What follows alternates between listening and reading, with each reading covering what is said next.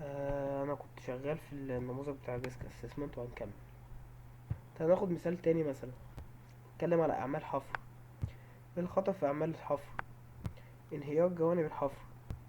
طب لو انهار جوانب الحفر هيتأثر على مين؟ مين اللي هيتضر؟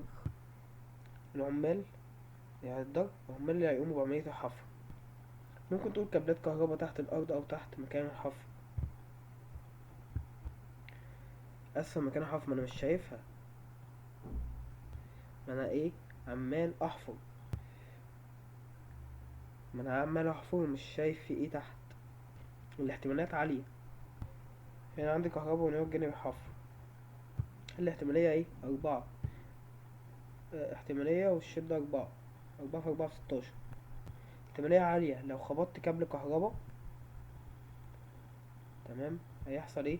هيحصل كارثة. فالشدة عالية. اعمل ايه في الاحتياطات الإضافية؟ لو انا عايز اكشف الكابلات اللي تحت دي اعمل ايه؟ القوشة بتقول ايه؟ طلب رسم هندسي لمكان العمل. كده ارجع للرسومات الهندسية، شوف ايه موجود تحت. لو الرسومات دي مش موجودة في أجهزة بنحطها كده على الأرض، بتورينا تحت في كابلات على عمق قد ايه، والفولت بتاعها قد ايه.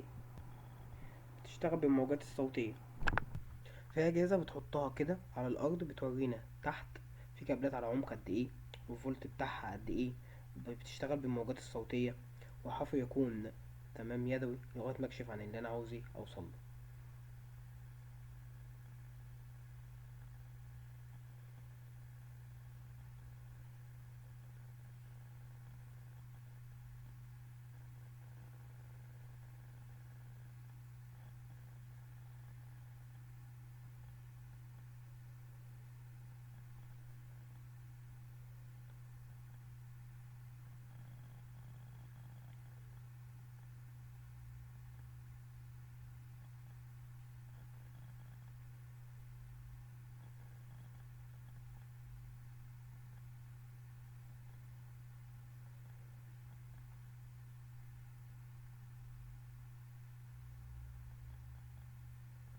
ساعات معكش فهم.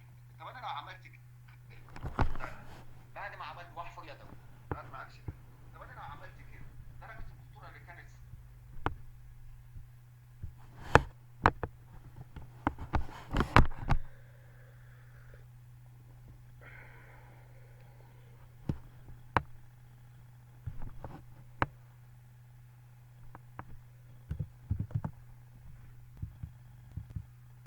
طب انا لو عملت كده درجة الخطورة لو انا عملت كده درجة الخطورة اللي كانت 16 توصل لغاية ايه 4. تبقى حاجة بسيطة، ممكن توصل ل2 كمان.